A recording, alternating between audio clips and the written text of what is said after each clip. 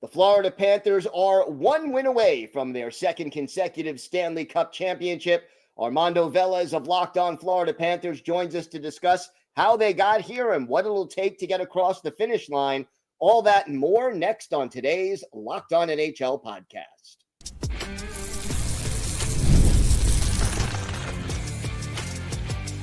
You're Locked On NHL, your daily podcast on the National Hockey League. Part of the Locked On Podcast Network, your team every day.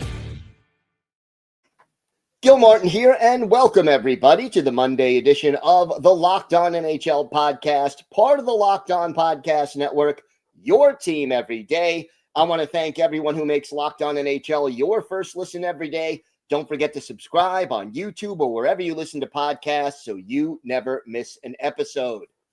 It is my pleasure to welcome back to the show the host of Locked On Florida Panthers, Armando Velez. And Armando, one win away from back-to-back Stanley Cups.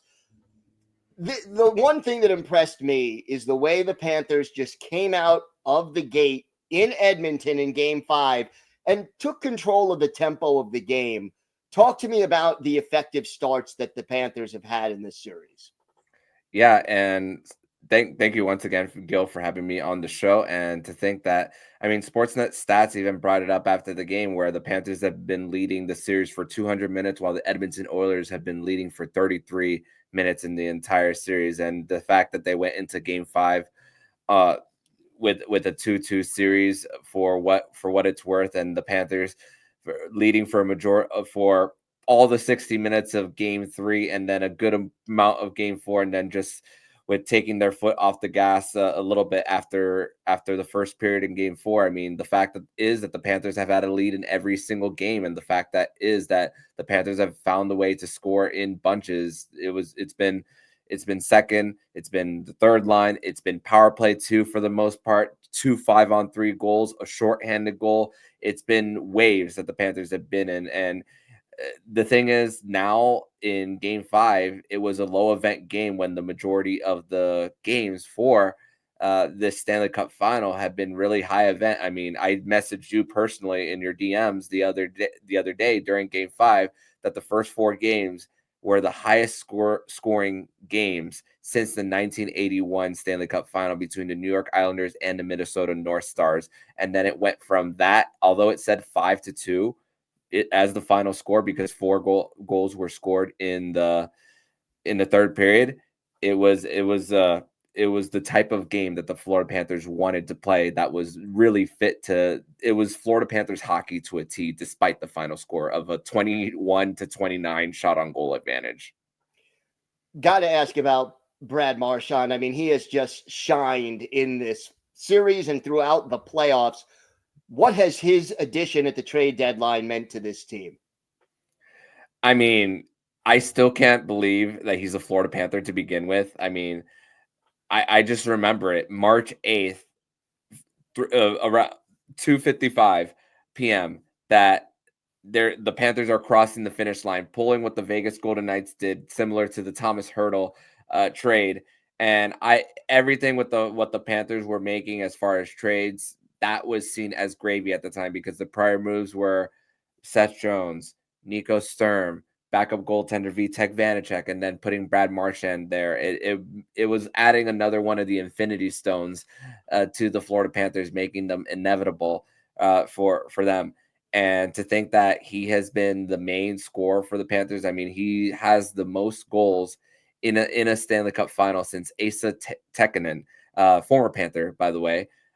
So that's another thing that what Brad Marchand is bringing to the table. And he's one of 2 players to score more than 5 goals in more than one Stanley Cup final. The other one is Mario Lemieux. So that is just good company that Brad Marchand is putting himself in, to think that he's doing this at 37 years old, looking for a new contract as well. And 14 years removed from his most recent cup.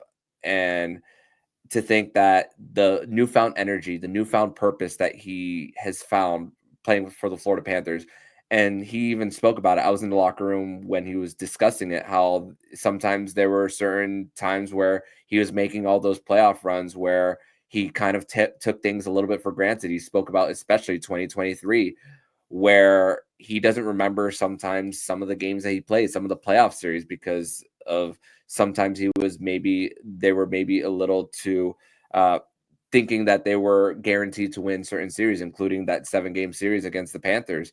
And also, he also spoke highly of even past teammates, especially Patrice Bergeron, on just getting him to this point, on having him grow so much as a pro, and then going into the same locker room as an Alexander Barkov, who's kind of like a Patrice Bergeron, maybe with a higher offensive upside for him.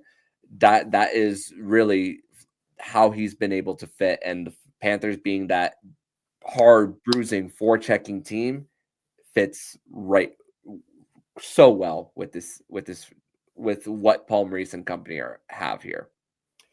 You talked about making Game 5 a low event game. How have they been able to accomplish that? I mean, you've got a team with McDavid and Draisaitl and Nugent Hopkins. How have they been able to minimize the chances that explosive team has had? It's come down to just putting a body on them and then just closing the gaps whenever the Panthers force their opposition, especially with a speed team like the Edmonton Oilers, and they get on their cycle. That's when the Panthers are the most comfortable, because they are really great with their position, getting sticks on lanes, and also the fact that the Sergei Bobrovsky is able to see pucks easily, and they are able to get shot blocks in front, and also how they battle along the boards. The Panthers are not the type of team that also skate out on their own when it comes to breakout. They are, once the puck is on their stick, they're breaking it out really fast. And just getting it in transition, then getting it deep, getting a change, which they also keep the shifts really short. So also fresh bodies are also going on the ice. So that's another thing of just getting that F1 out there towards the M boards and just getting to work, sticking a fork into the boards, and then also working those low to high plays. So it's kind of similarly to running the football, that they're getting a lot of time in the offensive zone. You're taking a lot of time off the clock by running the football in football. So relating that in hockey terms, getting the puck in deep, getting your change, and then pinning it to the boards, and then cycling the puck around. And that's how they've been able to just consistently keep the puck in their own offensive zone. Give me an unsung hero for this playoff run so far. I mean, everyone knows Marchand and Bobrovsky, but give me a guy who's not making headlines, who is just quietly helping this team get to one win away from a cup. I'm going to give you two. The first one is Nate Schmidt, playing on the third pair, playing on the second power play unit. That second power play unit has been really the unit that has been getting on the scoring. And also Nate Schmidt started with a bang in round number 1, getting those 3 goals against the Tampa Bay Lightning in the first 2 games, and then getting the 5 points in the first few games in the Stanley Cup final. Just quick getting the puck out of his own end, and also just with how big he is, he's also not one of those guys who loses the races to the pucks whenever the opposition does flip it in, and they're able to battle it out. And same thing with Eetu Luostarinen. I mean, closeout games, especially in the first 2 series for the Panthers, Eetu Luostarinen has been the superstar for the Panthers against the Tampa Bay Lightning and the Toronto Maple Leafs. And usually him and Tomas Nosek are the first 2 forwards out on the ice whenever the Panthers go on the penalty kill. So those are 2 of the unsung heroes for the Panthers. And to think that Eetu Luostarinen, he was a trade that the previous regime in Dale Talon made. That was Eetu Luostarinen for Vincent Trocheck. There's also Lucas Wallmark in as part of the trade as well. And Eetu Luostarinen was not seen as one of the big pieces in that trade. It was just a dump for the Panthers at the time. And he's been just an impactful player for the Florida Panthers. I mean, he also played under Ryan Wasowski, the current San Jose Sharks head coach, in the Charlotte Checkers when it was under the Carolina Hurricanes affiliate. So also learning a little bit from his time in the AHL. One problem this team has had is letting up a little bit when they get ahead. It happened in Game 4. It certainly happened last year in the series. What do they have to do to prevent that from ruining this being so close and yet, you don't want to blow it at this late point. Yeah, I'll include also game one in this Yeah. series. They were up 3-1, and they only had a 2-goal lead for a minute and a half, and so they couldn't really get in on shutting things down in that game right before Leon Draisaitl ended it in overtime. So yeah, it was really just going back to just refocusing and going back to the blueprint of looking at game 5 and looking at that game as that game that is the one game that you want to play. And the fact is that the Panthers last year, they went from Edmonton. They came back from Edmonton and knew that they had a chance to win on home ice. And although it was losing 3 straight, they knew that they wanted to go back to their game, and they found a way to do so in another low event game, which was a 2-1 win for the Panthers right before running the clock out at the end boards. And then Sean McDonough saying the Florida Panthers have won the Stanley Cup. So same thing, although this is going to be the last home game for the Panthers. Yes. Although they have won 10 of their 15 games on the road, you don't want to risk another chance of going back to Edmonton. So it's another chance for the Panthers. They're 5-4 at home in the postseason. So get your 6-1 and play to the same style that they played in game 5, as the Panthers do have a chance now to repeat as Stanley Cup champions. Really strange of me to say that as a fan of this team for almost 20 years. Strange territory, I will say. All right, Armando, why don't you tell our viewers and our listeners where they could find the podcast and where they could find you on social media? They can follow me personally on X and Blue Sky at MondoMan12. They can follow the show account on X and Instagram at MondoMan12. And as we are recording this, the Checkers just scored in overtime. I just heard the broadcast. So Checkers just tied the series at 1. So make sure to check out all of my coverage on the Locked On Florida Panthers podcast and on YouTube. All right. Thanks so much, Armando. Thank you, Gil.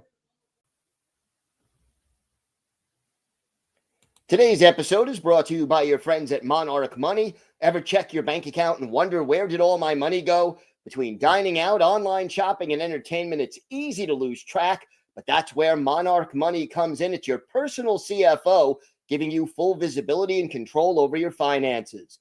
Monarch Money isn't just a budgeting app, it's a complete financial command center. You could track all your accounts, investments, and spending in one place, so you stop just managing your money and start building wealth. When I started using Monarch, I realized just how much I was spending on food delivery. Now I budget smarter and save more. I love eating out, but, not at the expense of my financial well-being. Instead of juggling multiple apps, you could use Monarch to check your finances, track spending, and even plan long-term goals. So take control of your finances with Monarch Money. Use code LOCKEDONNHL at monarchmoney.com for 50% off your first year. That's monarchmoney.com. Code LOCKEDONNHL for half off your first year.